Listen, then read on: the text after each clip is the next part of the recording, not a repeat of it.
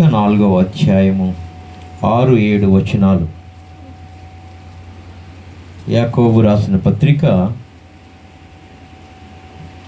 4వ అధ్యాయము 6-7 వచనాలు. చదువుతారా? చదువునా? 4-6 అమ్మ.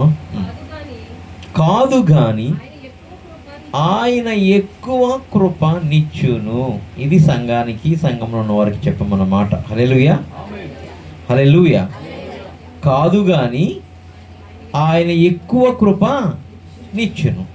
అందుచేత దేవుడు అహంకారులను ఎదురించి దీనులకు కృప అనుగ్రహించునని లేఖనము చెప్పుచున్నది.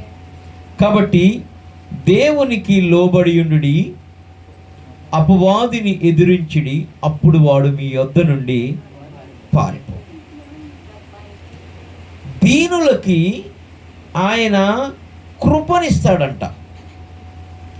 ఎప్పుడైతే దీనులకి కృప వచ్చిందో కాబట్టి అంటున్నాడు 7వ వచనంలో, ఆ కృప ఎవరి మీదకైతే వస్తుందో, ఎవరి మీదకంటే దీనుల మీదకి వస్తుంది అన్నాడు. దీన మనసు ఉన్న వారి మీదకి వస్తుంది అన్నాడు. అలా కృప వచ్చిన వారు దేవునికి లోబడి ఉండటమే కాదు, అపవాదిని కూడా ఎదిరించడం మొదలు పెడతారంట. హల్లెలూయా, హల్లెలూయా. వాటర్ కదా, మైక్ కరెక్టేనా? హల్లెలూయా. అది కట్ అవుతున్నట్టు వచ్చింది నాకు.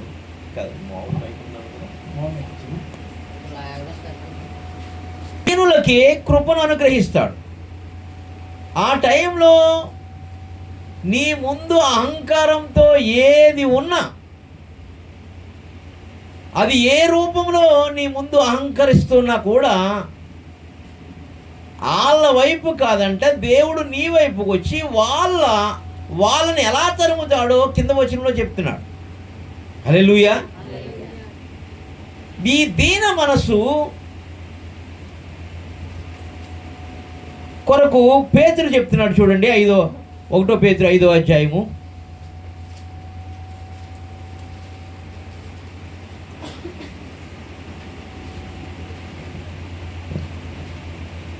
1 పేతురు 5వ అధ్యాయము 5-6 వచనాలు. చిన్న పిల్లలారా, అంటే ఈ దీన మనస్సు దేవునికి, వాక్యానికి, పెద్దలకి, కాపరికి లోబడినప్పుడు వస్తుంది. హల్లెలూయా. దీన మనసు వచ్చిందంటే వాడి దగ్గరికి కృప వచ్చేస్తుంది. కృప అంటే యేసు ప్రభు. హల్లెలూయా, హల్లెలూయా. కృప అంటే ఎవరు? యేసు ప్రభు. ఆ కృప వచ్చిందంటే ఏదైనా జరిగిపోతుంది. ఆ కృప వచ్చిందంటే ఏ కార్యాలైనా జరిగిపోతాయి. అసలు నీ పరిస్థితులు, నా పరిస్థితులు, మన సిచ్యువేషన్స్ అన్నీ మారిపోతాయి. దీనుల దగ్గరికి వస్తారు. ఆ కృప లేవనెత్తడానికి వస్తుంది. ఆ కృప. హల్లెలూయా, హల్లెలూయా. ఇక్కడ పేతురులో చూస్తే మనము, చిన్నపిల్లలారా మీరు పెద్దలకు లోబడి ఉండుడి, మీరందరూ ఎదుటి వాని ఎడల దీన మనసును వస్త్రము ధరించుకొని మిమ్మును అలంకరించుకొనుడి. దేవుడు అహంకారులను ఎదిరించి, ఇది ఉంటే నీ ముందు ఎంత గొప్పవాడు ఉన్నా వాడిని ఎదిరిస్తుందంట కృప వచ్చి. అది ఏ సిచ్యువేషన్లో అయినా తీసుకోవచ్చు. అది ఇందాక ఎవరో జాబ్ కోసం, అది నీకన్నా జ్ఞానవంతులు, తెలివైన వాళ్ళు ఉంటారంట. ప్రసంగిలో చెప్తాడు.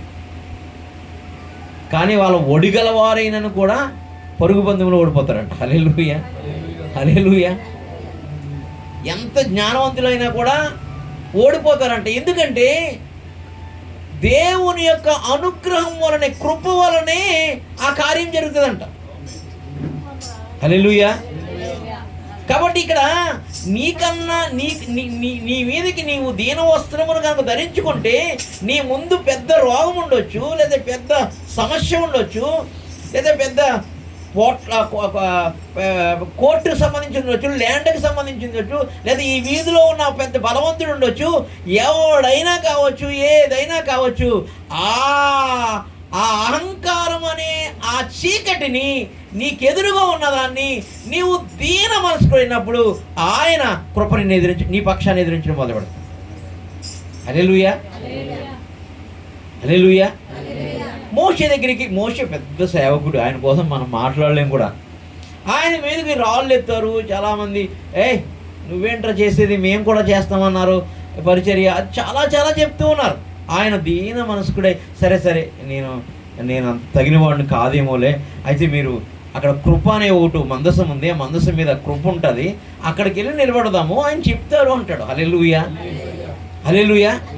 యెహోవా ఆ మందసములోంచి, అనగా కరుణాపీఠం, అనగా కృప, మందసం పైన ఒక పీఠం ఉంటుంది, దాని పేరు కరుణ, మెర్సీ, కృప. ఆ కృపాపీఠం మీద ఆయన స్వరంతో మాట్లాడుతుండేవాడు. హల్లెలూయా.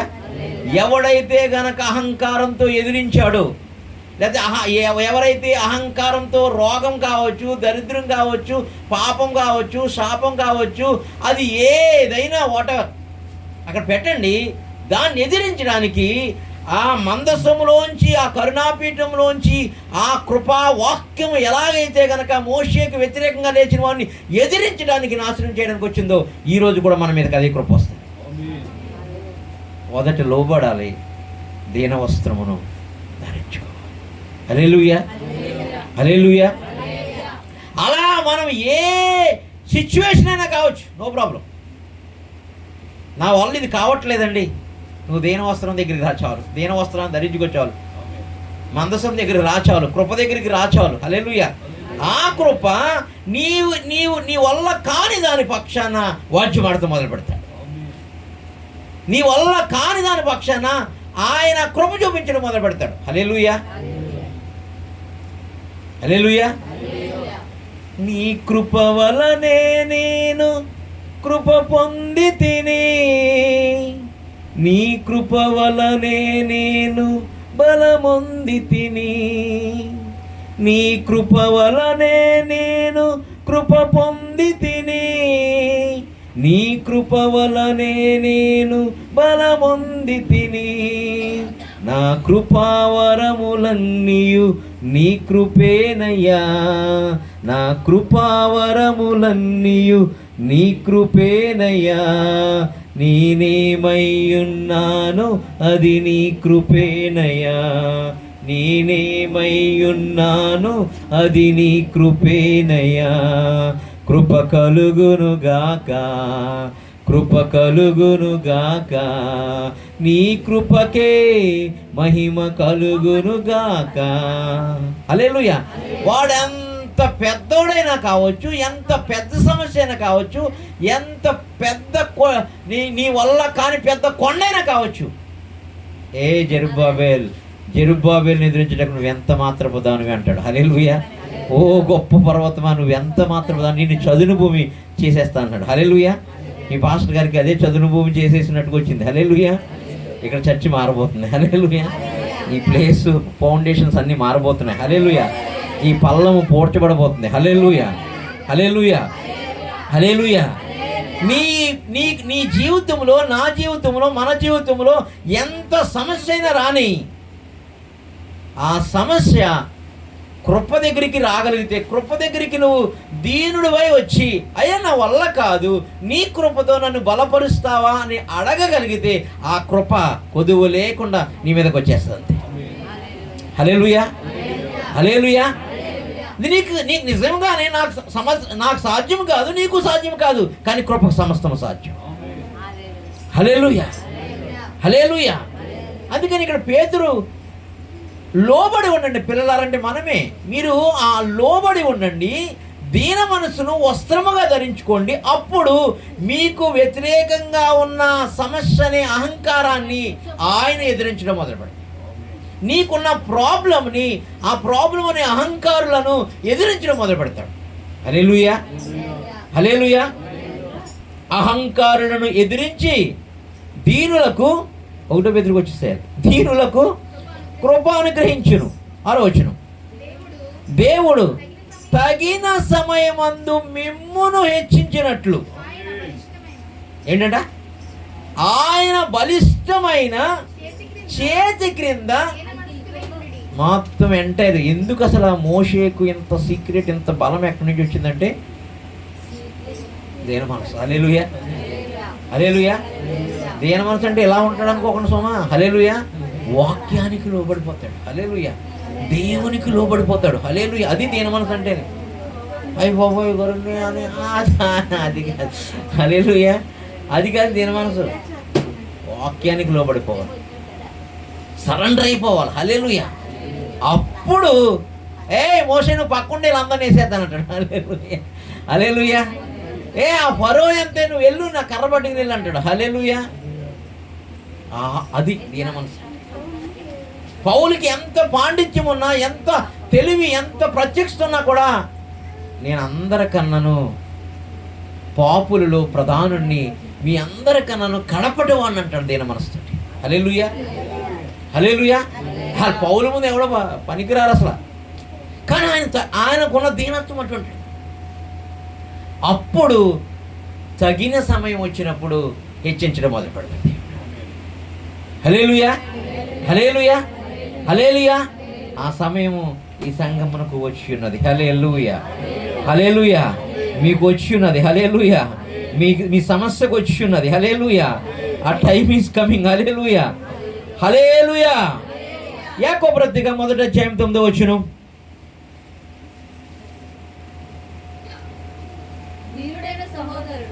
దీనుడైన సహోదరుడు తనకు కలిగిన దేని దశ యందు లేదు. ఉందా? దీనుడికంట ఏమీ లేదు, ఎంప్టీ హ్యాండ్స్. కానీ ఆయన ఏమనుకోవాలంట? తనకు కలిగిన ఉన్నత దశ యందు. అది ఎలా కుదురుతుంది? అదే మరి అదృశ్యమైనది లేనిది ఉన్నవనుటకు రుజువై ఉంది. హెబ్రీయుల పత్రిక 11వ అధ్యాయంలో. నువ్వు దేన్నైతే నిరీక్షిస్తున్నావో, దేన్నైతే అడుగుతున్నావో అది అదృశ్యమైంది, అది నీకు కనబడదు. కానీ ఆ కనబడంది, వినబడంది, అర్థం కాని దాన్ని ఆత్మ ఆ దీన మనసుకుడికి రివీల్ చేస్తుంది. హల్లెలూయా. అప్పుడు అదృశ్యమైనది ఉన్నవరటకు రుజువుగా ఆయన నీ ముందుకు తీసుకొస్తాడు దాన్ని. ఇక లేదు, దీనుడైన సహోదరుడు ఏమీ లేదు, కానీ ఆయనకి ఏమున్నది అనుకోవాలంట? తనకు కలిగిన ఉన్నత దశ యందు అతిశయింపవలెను. హల్లెలూయా, హల్లెలూయా. ఒక ఎగ్జాంపుల్ చెప్తా మీకు. ఇద్దరు దొంగలు ఉన్నారు కదా. ఇద్దరు దొంగలు ఒకడు ఎక్స్ట్రా చేస్తున్నాడు. హల్లెలూయా. ఇంకొక దొంగ ఏమన్నాడు? దీన మనసుతో అడుగుతున్నాడు. ఏమని? నన్ను కూడా జ్ఞాపకం చేసుకుని, ఏడు నీవు నాతో అనలేదు. అది యేసుప్రభు డైలాగ్. నువ్వు నన్ను కొంచెం జ్ఞాపకం చేసుకో నీ రాజ్యంలో అన్నాడు. హల్లెలూయా, హల్లెలూయా. అంటే వాడు ఫెయిత్ ఎలా ఉందంటే, నేను చనిపోయే స్థితిలో ఉన్నా కూడా ఈయన జ్ఞాపకం చేసుకుంటే మరణాన్ని కూడా జయించి నేను ఎక్కగలుగుతాను. ఇది ఆయన ఫెయిత్. హల్లెలూయా. అంటే అసలు మనకి ఎంటీ ఎలీషా అనే ప్రవక్త దగ్గరికి తన భర్త చనిపోయాడు, అప్పులైపోయి. కానీ ఆమెకు ఒక ఫెయిత్ ఏముందంటే, నా దీన దశలో నా ప్రవక్త దగ్గరికి వెళ్తే నేను దీవించబడిన దశ ఉంటుందని తెలుస్తుంది. హల్లెలూయా. అప్పుడు ఆ దీన మనసుతో వెళ్ళి అడుగుతుంది, అయ్యా నా భర్త నీ దగ్గరే పనిచేశాడు, చనిపోయారు, అప్పులైపోయి అంటే ఎంటీగా ఉన్నటువంటి గిన్నెలు పట్టరా అన్నాడు. హల్లెలూయా. అది దీన దశ. ఆ దీన దశలో ఏం చూస్తుందంటే ఉన్నత దశను చూస్తుంది. హల్లెలూయా. నీ పరిస్థితి ఇప్పుడు ఎట్లా ఉన్నా కావచ్చు, నీ ప్రాబ్లమ్స్ ఏదైనా కావచ్చు, ఆ దశను చూడొద్దు, ఆయన చేయబోయే కార్యాన్ని చూడు. అది ఉన్నత దశ. ఉన్నత లోకాల నుంచి ఆయన ఆ దశలు పంపిస్తాడు. హల్లెలూయా, హల్లెలూయా. వెంటనే ఈ దొంగకి యేసుప్రభు చెప్తారు, నేడు నీవు నాతో. వాళ్ళందరూ అనుకున్నారు, కింద ఉన్న వాళ్ళందరూ అయిపోయారు, సమాధి చేసి పడేద్దాం అనుకున్నారు. హల్లెలూయా. కానీ ఆయన ఏం చెప్తున్నాడు? ఈరోజే నువ్వు నాతో పాటు పరదైసులోనికి వస్తావు. రేపు ఎల్లుండి కాదు, నేడు, టుడే అన్నాడు. నేడు నీవు నాతో పరదైసులో ఉంటావన్నాడు. ఇంకొకడు పక్కన గర్వం ఉన్నాడు. దీనదశ ఉంది, ఇక్కడ గర్వం ఉంది. హల్లెలూయా. అతన్ని ఎదిరించడానికి, అతన్ని ఓడించడానికి దేవుడు ఆడికి ఇవ్వాల్సిన ట్రీట్మెంట్ ఆడికి ఇచ్చున్నాడు. హల్లెలూయా. ఇతను ఎప్పుడైతే కనుక దీన మనస్కుడు అయిపోయాడో, నీ రెక్కల నీడనే నాకు బలం ఉంది, నీ రెక్కల నీడలో నేను ఉండిపోతాను, ఆ సమయం వచ్చినప్పుడు కొంచెం జ్ఞాపకం చేసుకుంటావు నన్ను అంటే, రైట్ నౌ, ఈరోజే ఆ సమయం అయ్యా నీది. కొంతమందికి చాలా టైం పడుతుందేమో, కానీ ఈ రోజుతోనే ఆ సమయం నీకు ఇస్తున్నాను. నేడే నీకు రక్షణ దినం, ఈరోజే పరదైసు. హల్లెలూయా. నీకు మరణమే ఉండదు నాకులాగా. హల్లెలూయా, హల్లెలూయా. దీన మనస్సుతో అడుగుతున్నప్పుడు కృప జ్ఞాపకం చేసుకుని ఉంటాను. ఈరోజు అదే మనసుతో నువ్వు అడుగు చూడు. నీ ప్రాబ్లంను ముందు పెట్టి దీన దశలో కూడా ఆయన ఉన్నత దశలో ఉన్నట్టుగా చేసేస్తాడు. లేనిది ఉన్నట్టుగా చేయగలిగిన దేవుడు. హల్లెలూయా. ప్రతిదీ నీ విశ్వాసం మీదనే ఆధారపడి ఉంటాడు. దేని మీద? నీ విశ్వాసం మీద. ప్రార్థన చేస్తే పని అవ్వదు. ప్రార్థన చేస్తే విశ్వాస సహితమైన ప్రార్థన. హల్లెలూయా. ప్రార్థన చేస్తే రోగును స్వస్థపరచాం, ప్రార్థన చేస్తే రోగును స్వస్థపరచాం రాయించవచ్చుగా, రాసారా? పక్కన విశ్వాస సహితమైన ప్రార్థన అంటే, విశ్వాసం అంటే నమ్మకం ఉంచటం. ఎవరి మీద? దీన మనసు మీద. దీన వస్త్రం ధరించుకుని ఒక అతను వచ్చాడు భూమి మీదకి, దీనుడు ఒకడు వచ్చాడు ఆయన మీద. కృప అనే దీనత్వం వచ్చింది. ఆయన మీద విశ్వాసం ఉంచినప్పుడు ఆ ప్రార్థన ఫలిస్తారు. హల్లెలూయా, హల్లెలూయా. మన సిచ్యువేషన్స్ ఏదైనా కావచ్చు, ఈరోజు ఆ దీనుడికి ఆ దీన వస్త్రం కలిగినటువంటి విరిగి నలిగిన ఆయనకి కనుక మనం మన పరిస్థితిని అప్పచెప్తే, మనతో పాటు సహానుభవం కలవాడంట మన పరిస్థితులన్నింటిలోనే. ఏ అనుభవం? సహానుభవం. ప్రతి దాంట్లో, ప్రతి శోధంలోను, ప్రతి టెంప్టేషన్లోను, ప్రతి సిచ్యువేషన్లోను సహానుభవం కలిగినటువంటి దేహం ఈ భూమి మీద ఎవరిదైనా ఉందంటే యేసు ప్రభువు ఒక్కటే. హల్లెలూయా. నాకున్న కష్టం ఈయనకుండకపోవచ్చు, ఈయనకున్న కష్టం నాకుండకపోవచ్చు. హల్లెలూయా. లేదా మీకున్న కష్టం నాకుండకపోవచ్చు, కానీ అన్ని కష్టాలు చూసిన వాడు ఒక్కడే ఉన్నాడు, యేసు ప్రభువు. హల్లెలూయా. ఆ దీనుడికి నీ చెయ్యి అందిస్తే ఆయన వీడేవాడు. హల్లెలూయా, హల్లెలూయా, హల్లెలూయా. 9వ వచనం. దీనుడైన సహోదరుడు తనకు కలిగిన ఉన్నత దశయందు అతిశయింపవలెను, ధనవంతుడైన సహోదరుడు ఉంటాడా? ధనవంతుడు దీనత్వంగా ఉంటాడా? హల్లెలూయా. ఉండరు. అలా ఈ ఇండియాలో టాటా ఒక అతను కనబడుతూ ఉంటాడు, కాబట్టి ఆయన సామ్రాజ్యం ప్రపంచం అంతా విస్తరించేసింది. హల్లెలూయా. ఎగ్జాంపుల్ యోబు తీసుకోండి. యోబు ఏ స్థితిలో కలుగున్నాడు దీనత్వం? అన్నీ పోయిన తర్వాత ధనవంతుడే ఎలా ఉండాలంట? ధనవంతుడైన యోబు తనకు కలిగిన దీనదశ యందు, ఎవడన్నా చెప్పాడా బైబిల్లో? నాకు ఎప్పుడో కనపడలా. ధనవంతుడు ఊజు దేశంలో అంతకన్నా ధనవంతుడు ఎవడో లేడు. ఉన్నాడా? కానీ మొత్తం పోగొట్టుకున్నాడు. ఏమన్నాడు? యెహోవా ఇచ్చెను. అది చేస్తున్నాడు, డ్యాన్స్ చేస్తున్నాడు. దేవా అని బలి చేసావయ్యా, నీకు వందనాలు ప్రభు, నీకు నీ ఇష్టం ప్రభా, దేవానికి స్తోత్రాలు ప్రభు అంటాడు. ఇది ఉంటుందా మన దగ్గర? అయ్యో, హల్లెలూయా, హల్లెలూయా, హల్లెలూయా. రాసుకుంటున్నారు దేవదూతలు, రాసుకున్న దాన్ని తొంగి చూస్తున్నాడు దేవుడు. అబ్బాయి ఏంటబ్బా యోబు? అప్పుడు ఆ సాతాను కానీ కొంచెం పిలవండిరా, ఆ అహంకారుని ఒకసారి పిలవండి, ఆ అహంకారాన్ని నేను అణిచివేస్తాను ఈ దీనత్వం ముందు అంటున్నాడు. హల్లెలూయా. ఈ దీనుడు ముందు అసలు నేను వచ్చి అణిచివేయడం కాదు, అసలు యోబు ముందే అణిచివేస్తానని, యోబు చేతే అణిచివేస్తానని, యోబు చేతే వాడు అహంకారాన్ని కొట్టివేస్తాను నేను. ప్రయత్నం చేసి చూడరా, నీ వల్ల అవుతుందేమో. అన్ని ప్రయత్నాలు చేసి ముట్టుకోలేకపోతున్నాను ప్రభు. హల్లెలూయా, హల్లెలూయా. ఎందుకు? అన్నీ పోయినా చివరికి ఆ లావుడు వచ్చి కూడా ఏం చేసింది? శోధించినా కూడా యెహోవా ఇచ్చెను, యెహోవా ఒక్క మాటలో తప్పుకోలేదంట. దీన వస్త్రము ధరించుకున్నాడు. అందుకే నేను బూడిద పోసుకుని, స్నేహితులు కూడా అతను చూసి బూడిద పోసుకుని కూర్చున్నారంట. 3 రోజులు మాట్లాడలేదంట. 3 రోజులు మాట్లాడలేదంటే అన్నం కూడా తినలేదు, నీళ్ళు కూడా తాగలే. మామూలు కథలు. ప్రపంచంలో ఉన్న జ్ఞానాన్ని అంతా బయటికి తీసుకొచ్చినాడు. దీనుడైనటువంటి యోబు 2 అంతలకి ఆశీర్వాదానికి వారసుడైపోయాడు. ఆ దీనుడు ఉన్నత దశ ఆశ్రయిస్తేనేమో ఆ దీనుని లేవనెత్తి ఉన్నత దశలో ఇస్తాడు. ఉన్నత దశలో కూడా దీనత్వంలో ఆశ్రయిస్తే కనుక 2 అంతలుగా ఆశీర్వదిస్తాడు. హల్లెలూయా. నీ పరిస్థితి ఏదైనా కావచ్చు, నువ్వు ప్రభు దగ్గరికి ఈరోజు ఆ దీనుడి దగ్గరికి నువ్వు వచ్చు, దీన మనసుతో వచ్చు, దీన వస్త్రంతో రా. ఈ రోజున నిన్ను రొట్టె ఇచ్చి పంపిస్తాడు. హల్లెలూయా, హల్లెలూయా.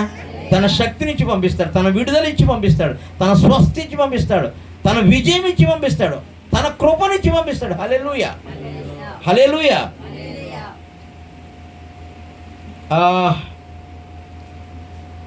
ఫిలిప్పీయులకు రాసిన పత్రిక పౌలు కూడా చూసుకుందాం. 4వ అధ్యాయము.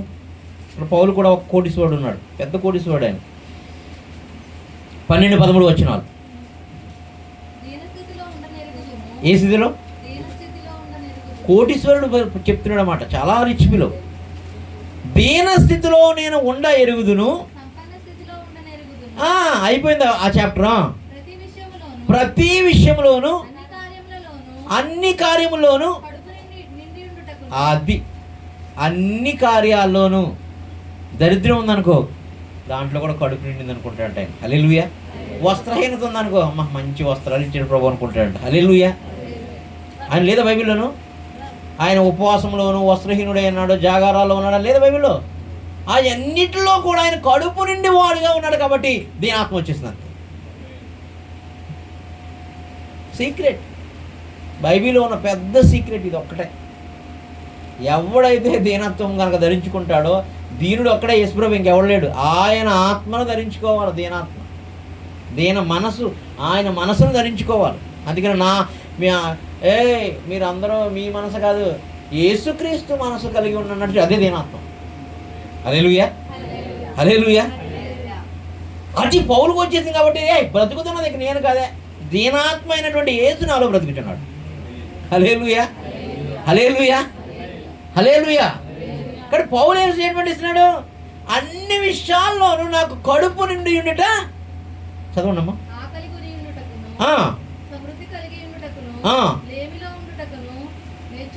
హల్లెలూయా. ఏ విషయంలో ఉన్నా, ఏ పరిస్థితిలో నా జీవిత చక్రం ప్రయాణిస్తున్నా, సముద్రంలో ఉన్న, అలల్లో ఉన్న, ఆకల్లో ఉన్న, ఆకలి దప్పుల్లో ఉన్న, లేమిలో ఉన్న, దరిద్రంలో, ఎక్కడ ఏ పరిస్థితిలో ఉన్నా కూడా నా చక్రము, ఈ కాలచక్రంలో నేను తిరుగుతున్నప్పుడు పౌలు చెప్తున్నాడు, నా ప్రయాణంలో, నా స్వార్థ ప్రయాణాల్లో నేను దీన మనసు కలిగి మాత్రమే ఉంటాను. హల్లెలూయా, హల్లెలూయా. అతని సమయం వస్తుంది, ఆ సమయం వచ్చినప్పుడు ఆయన హెచ్చిస్తాడు. ఆయన హెచ్చించకపోయినా పర్వాలేదు, నేను అలాగే ఉంటా. హల్లెలూయా, హల్లెలూయా, హల్లెలూయా. కాబట్టి పౌలు అంతగా వర్ధిల్లడానికి ఉన్న మెయిన్ బేస్ పిల్లర్ ఏంటంటే కనుక దీన స్థితిలో ఆయన్ని కలిగి ఉంటాడు. హల్లెలూయా. కరువులో ఆయన్ని కలిగి ఉంటాడు, ఉపద్రవంలో ఆయన్నే కలిగి ఉంటాడు, వస్త్రహీనతలో ఆయన్నే కలిగి ఉంటాడు. హల్లెలూయా. అప్పుడు ఆ కృప వచ్చి ఈయన హెచ్చించడం మొదలు పెడుతుంది. హల్లెలూయా. ఆ కృప వచ్చి ఈయన ఊరేగించడం మొదలు పెడుతుంది. జైల్లో కూడా, చెరసాల్లో కూడా దీన స్తుతి పాటలే పాడతాడు. హల్లెలూయా. పంపండి రా అన్నాడు అంతే. ఎత్తక్విక్ వచ్చింది. ఏమి భూకంపము,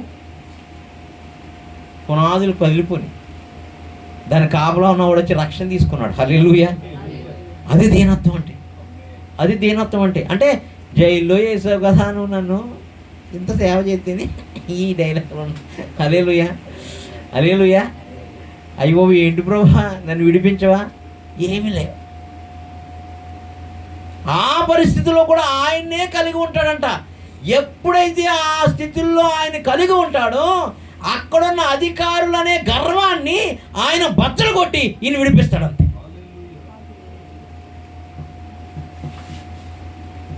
పేతురు కూడా అలా మారిపోయాడు, ముందులో లేడు. కానీ ఆయన విషయంలో అదే జరిగింది. చెరసాల్లో చింత లేకుండా, చీకు లేకుండా, భయం లేకుండా, అక్కడ చిన్నదాన్ని చూసి చిన్నదాని మాటలకే భయపడ్డాడు. చిన్నదాని మాటలకే ఈయన నన్ను జైలు వేస్తారు కైపింటి దగ్గర అని భయపడ్డాడు కుమ్ముగాగుతున్నప్పుడు. కానీ అక్కడ భయపడలా.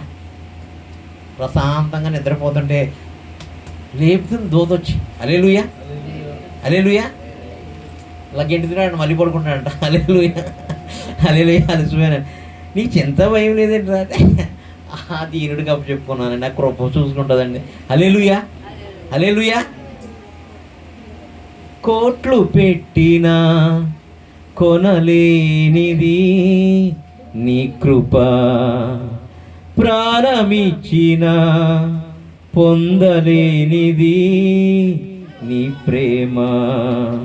కోట్లు పెట్టినా కొనలేనిది నీ కృప, ప్రాణమిచ్చిన పొందలేనిది నీ ప్రేమ. ఉచితమైనది నీ కృప, శాశ్వతమైనది నీ ప్రేమ.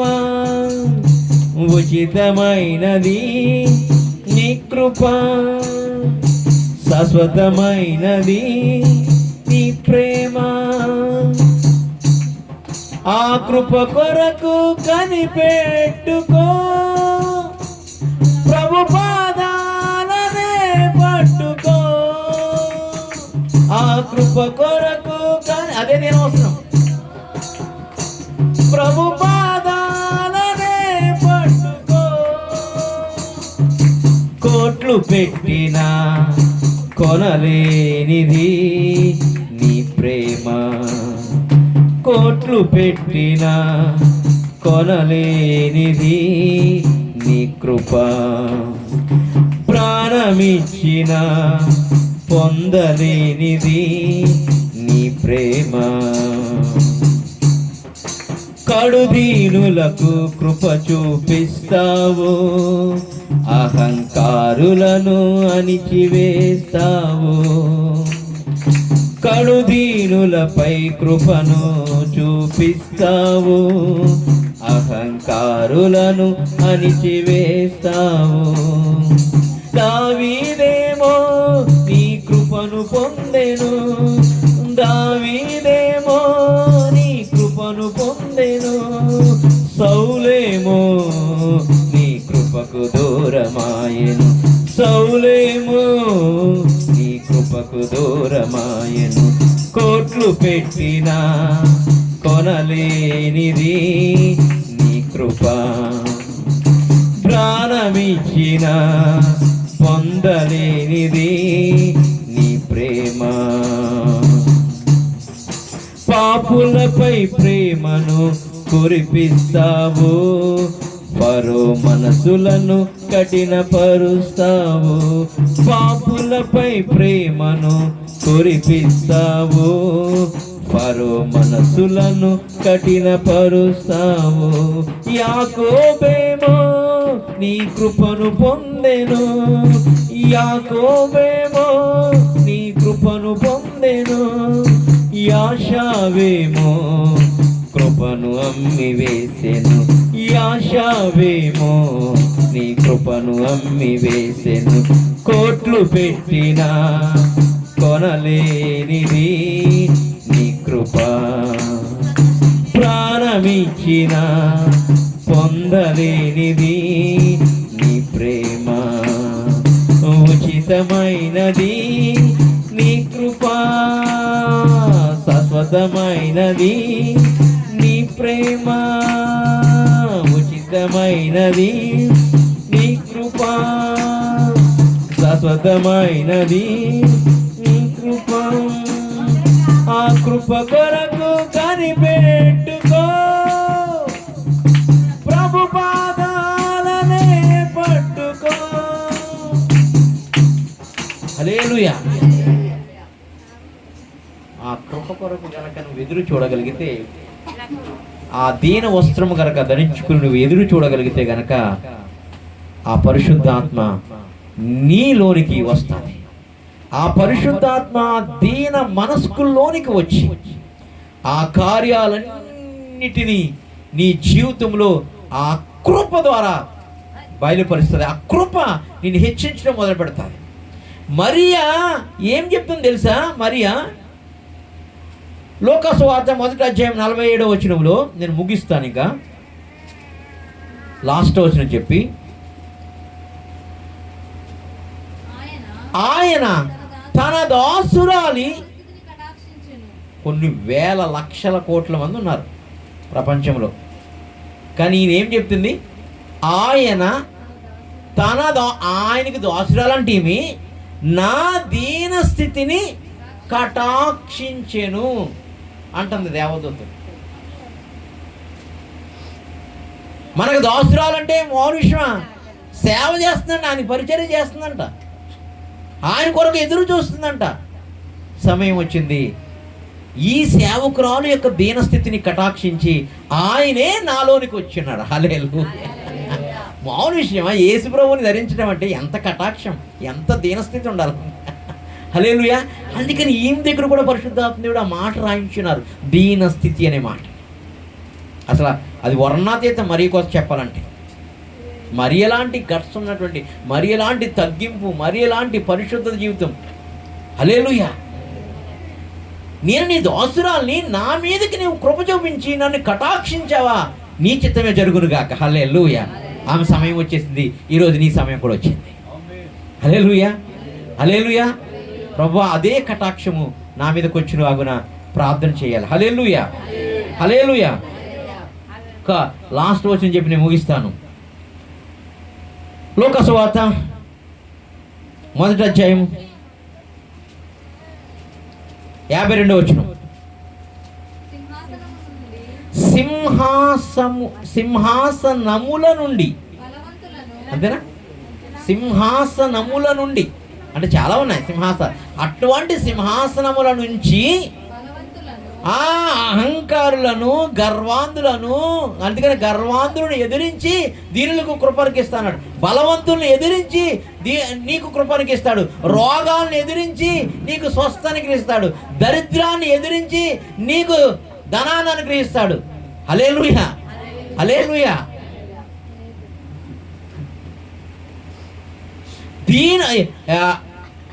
సింహాసనముల నుండి బలవంతులను పడద్రోసి, హల్లెలూయా, రాజరికం ఇచ్చేస్తాడు. అందుకని మీరు రాజులైన యాజక సమూహం అన్నాడు. హల్లెలూయా. నువ్వు అనుకుంటా, నా కుటుంబం దావీదు అదే, నా ఎన్నిక లేని గోత్రం, నువ్వు కరెక్ట్గా చెప్తున్నావా? హల్లెలూయా. నాకు తెలిసయ్యా నువ్వే రాజువి. అసలు దేవుడు కోరుకున్నవాడే నువ్వు, సౌలు కాదు. హల్లెలూయా. సౌలుని ప్రజలు కోరుకున్నారు, సౌలుని ఇజ్రాయేల్ కోరుకున్నారు. నిన్ను కోరుకున్నవాడు రాజైన రాజులు రాజైన ప్రభువులు ప్రభుని యేసు కోరుకున్నాడు. ఎలా? దీన మనస్కుతో అందరూ లోకంలో తిరుగుతున్నా, నిన్ను ఎక్కడో వెతిరివేసినా, ఎక్కడో నిన్ను విసిరేసినా, ఎక్కడో అడవిలో గొర్రెలు కాసుకుంటున్నా కూడా నువ్వు దీన మనసులో ఉన్నావు కాబట్టి నువ్వు నాకు కావాలి. హల్లెలూయా. హల్లెలూయా. నీ పరిస్థితి లోకంలో వెలివేసినట్టుగా, విసిరివేసినట్టుగా, తిరస్కరించబడినట్టుగా ఉన్న దేవుని యొక్క కనుదృష్టి దీన మనసులో నీ మీదకి, నా మీదకి వస్తుంది. ఎందుకు తెలుసా? సింహాసనాలు ఎక్కించడానికి. హల్లెలూయా. హల్లెలూయా. హల్లెలూయా. కాబట్టి ఆ ఒక్క విజ్ఞాపన మనం చేయగలిగితే, అయ్యా నన్ను కటాక్షించయ్యా అని. అప్పుడు మత్తయి సువార్త 5వ అధ్యాయం 3వ వచనం చూడండి.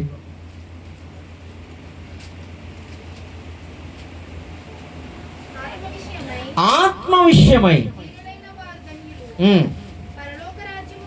హల్లెలూయా. హల్లెలూయా. కాబట్టి నీ మీదకి నీవు లోబడితే, ఆ వస్త్రాన్ని ధరిస్తే, ఆ ఆత్మ వచ్చి నీలో నివసించి నీ వల్ల కానిదాన్ని ఆత్మ చేయడం మొదలు పెడతారు. నీ వల్ల, నా వల్ల జరగని దాన్ని ఆ కృప బలపరుస్తుంది. అందుకని పౌలుకి నా వల్ల కావట్లేదు అంటే నా కృప నీకు చాలు అన్నాడు. అంతే. హల్లెలూయా. నాలో ఉన్న ముళ్ళు తీయ నన్నావు, నా కొరకై మరణపు ముళ్ళును విరిచావు. నాలో ఉన్న ముళ్ళు నాలో ఉన్న ముళ్ళు తీయబో అంటున్నాడట. నరకపు ముళ్ళు నేను విరిచేసాను నీకోసం, ఆ ముళ్ళు ఎంత అంటాడట. హల్లెలూయా, హల్లెలూయా. నా కృప నీకు చాలునన్నావు, నీ కృపతో నన్ను నడుపుతున్నావు. నా కృప నీకు చాలునన్నావు, నీ కృపతో నన్ను నడుపుతున్నావు. నన్ను విడువనన్నావు, నన్ను మరువనన్నావు, నన్ను విడువనన్నావు, నన్ను మరువనన్నావు. ఎన్నటికీ అనాథగా విడువనన్నావు, నిన్న నేడు ఏకరీతిగా ఉన్నావు. హల్లెలూయా. ఆయన నీ దగ్గరికి, నీ ఇంటికి రావడానికి ఇష్టపడుతున్నాడు. హల్లెలూయా. ఈ రోజున ఆ కృప కొలత లేకుండా, ఆ ఆత్మ కొలత లేకుండా, ఆ వాక్శక్తి కొలత లేకుండా, ఆ అభిషేకము కొలత లేకుండా నీ మీదకి దిగి వచ్చునుగాక. మన జీవితాల్లో జరగని కార్యాలను ఆ కృప, ఆ శక్తి, ఆ వాక్యము, ఆ సన్నిధి చేయునుగాక. హల్లెలూయా, హల్లెలూయా. ఎవరైనా ఎంఆర్ఓ ఆఫీస్కి వెళ్ళి ఒక పని కొరకు తిరుగుతున్న వ్యక్తి ఎవరు ఉన్నారో? ఎంఆర్ఓ ఆఫీస్కి వెళ్ళిన వాళ్ళు, ఎంఆర్ఓ ఆఫీస్కి వెళ్తున్నాం ఎందుకు లేరు? ఖచ్చితంగా ఉంటారు ఎంఆర్ఓ ఆఫీస్కి వెళ్ళిన వాళ్ళు. హల్లెలూయా, హల్లెలూయా. ఎవరు అమ్మా? ఏ పని మీద వెళ్తున్నారు? ఏ పని మీద వెళ్ళారు?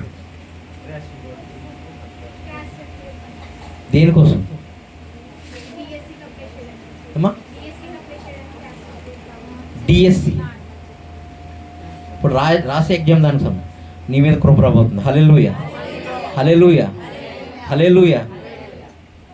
1000 రూపాయలు ఎవరైనా అడిగారేంటి? లంచం ఏమైనా అడిగారా? ఇచ్చారా? కృప రాబోతుంది. హల్లెలూయా, హల్లెలూయా, హల్లెలూయా. దీనులపైకి దేవుడు కృపను పంపించబోతున్నాడు. హల్లెలూయా. మన వల్ల కాని దాని విషయంలో దేవుడు కలగజేసుకోబోతాడు. హల్లెలూయా. దీన మనస్కులయ్యుండి ఆయన రెక్కల కింద ఉంటే చాలు. ఏమవుతుందా? నేను ముగిస్తున్నాను. ఇప్పుడే ప్రార్థన చేయాలని ఉంది, కానీ బల్లారాధన అంటున్నారు కదా, బల్లారాధన తర్వాత మీ అందరికీ చేస్తాను, లేదా ఈ బల్లారాధన తర్వాత, అంతేనండి. కాబట్టి సిద్ధపడి ఉండండి. ఎండింగ్లో మీ కొరకు, ప్రతి ఒక్కరి కొరకు ప్రత్యేకంగా ప్రభు ఆత్మ, ప్రభు యొక్క కృప, ప్రభు యొక్క శక్తి, ప్రభు యొక్క వాక్యం వచ్చి మీలో నివసించడానికి, మీ ముందు నిలబడిన బలవంతుని పడగొడటానికి ఆయన కృప రాబోతుంది. హల్లెలూయా. కొద్ది వాక్యాన్ని దేవుడు దీవించును గాక.